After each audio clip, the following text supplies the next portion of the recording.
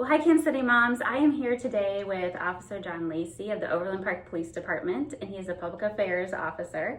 And we are here about an important topic that has come up in our community, I think in the last year, of e-scooters. And so as you're looking to purchase your kids Christmas gifts, this might be on their list. And so we have some important reminders and things to think about before you make that purchase. So Officer Lacey, can you just kind of set the foundation for why we're here today and why e-scooters particularly have come on the department's radar? Well, we see them everywhere, especially Yes. down in the south end of our city. Almost every middle school child, high school, they have one of these scooters or e-bikes. So our main goal is that we want the kids to be safe on these devices. Mm-hmm. We want to be able to educate the parents on what to look for and the do's and don'ts. So, as I mentioned, it's probably the top of a lot of kids' Christmas gifts. It's kind of the hot thing. So what does the parent need to think about before they make that purchase? What features should they be looking for in an e-scooter or bike? I will tell you this, I didn't want a scooter or an e-bike for Christmas myself, so I'm looking around. Okay. So if anybody out there want to give me a gift, there you go. Well, you work hard, so maybe we'll get one. Yeah, I know. So the first thing is that we want to make sure that the parents know what they're buying. Okay. There's different type of scooters that are out there. There are some that can go about 55 miles per hour. We don't want the children on that. And then there's some that goes around 20 miles per hour. Okay. So you want to be reasonable when it comes to speed. Do your homework. And at the same time, ask neighbors, what does your child have? Because some neighbors have probably already done some homework on scooters and may know a little bit about those scooters that we're trying to purchase out here in those e-bikes. So do your homework. Okay. Also look at the reviews because that will tell you a little bit more about that particular device. Okay. And then I know we talked about some scooters have the ability to kind of limit speed or provide some boundaries for a younger child.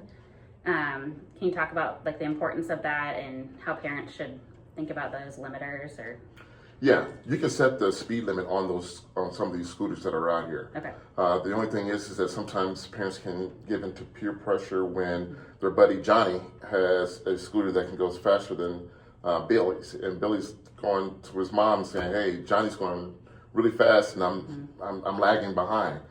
Don't give into that peer pressure, or even contact Johnny's parents and make sure you guys get on the same accord, so that we set some type of limitations or some type of boundaries that all these kids can ride at a safe speed.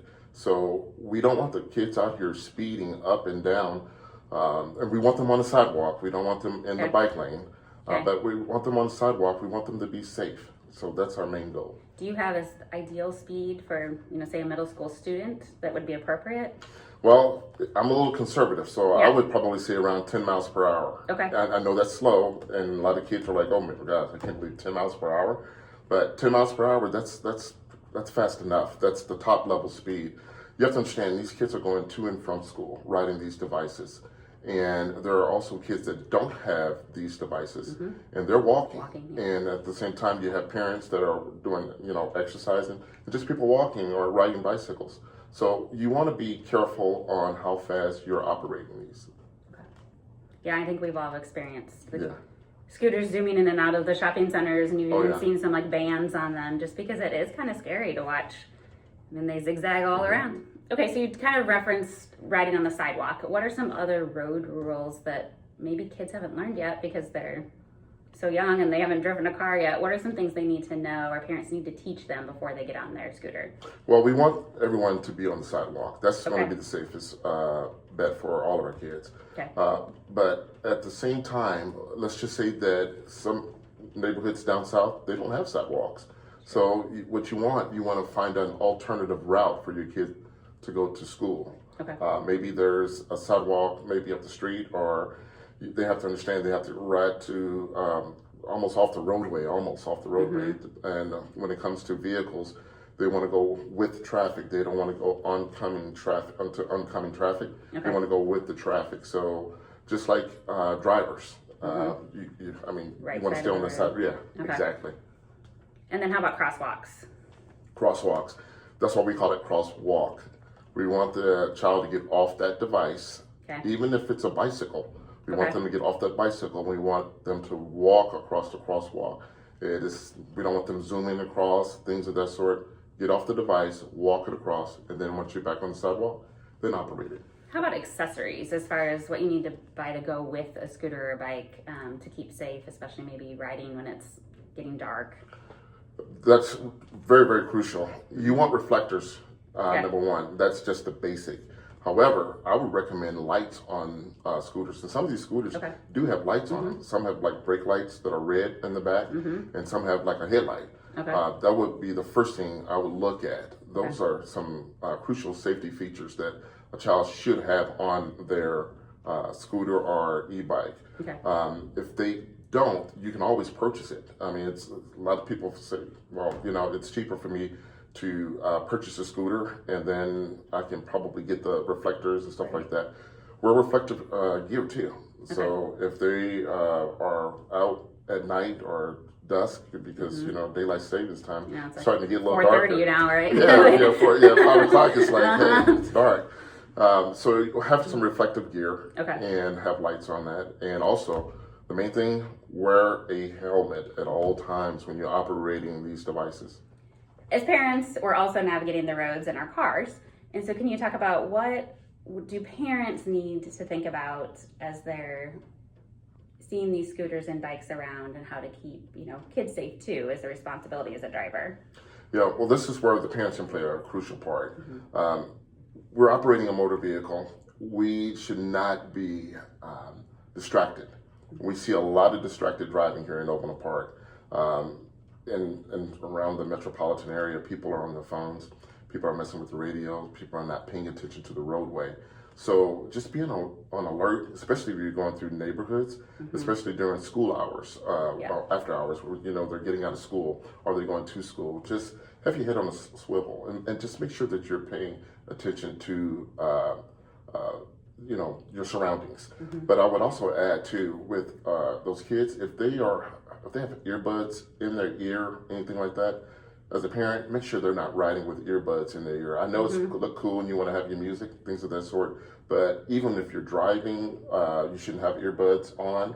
If you're out just jogging, we recommend that you not have earbuds on, but people tend to do that. And they want to have that music to motivate them. I get it, I understand it, but at the same time, it's a safety factor. So kind of in that same vein, when you are coming up to an intersection and maybe there's a crosswalk there, what do drivers need to do?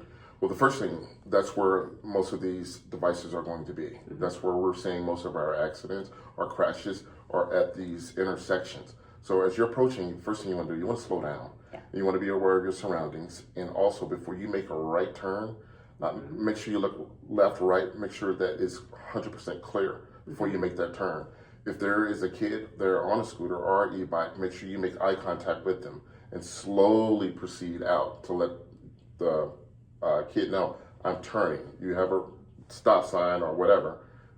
You have to wait till I make my turn and then you can proceed. Okay, so any final thoughts, just as parents are, especially those Christmas lists, birthday lists coming up, what is your message to parents as they look at their kids' wish list? Just be careful. Do your research when it comes to these devices, what you're about to buy your child. Make sure that your child is really familiar with how to operate that scooter, that e-bike, whatever he's getting. Make sure that there's he knows where the brake or she knows where the brake is, and at the same time, safety. Make sure they have their helmet on. Find out where they're going, what's the route that they're going, things of that sort. So as long as the parents can show the kids that I'm concerned for you being on this device, the kids are going to take it very, very seriously. And if they violate what your instructions, take the scooter away. Absolutely. Well, thank you, Officer Lacey. I really appreciate your time and your attention to keeping our kids safe in the community. No, thanks for having me. I really appreciate it.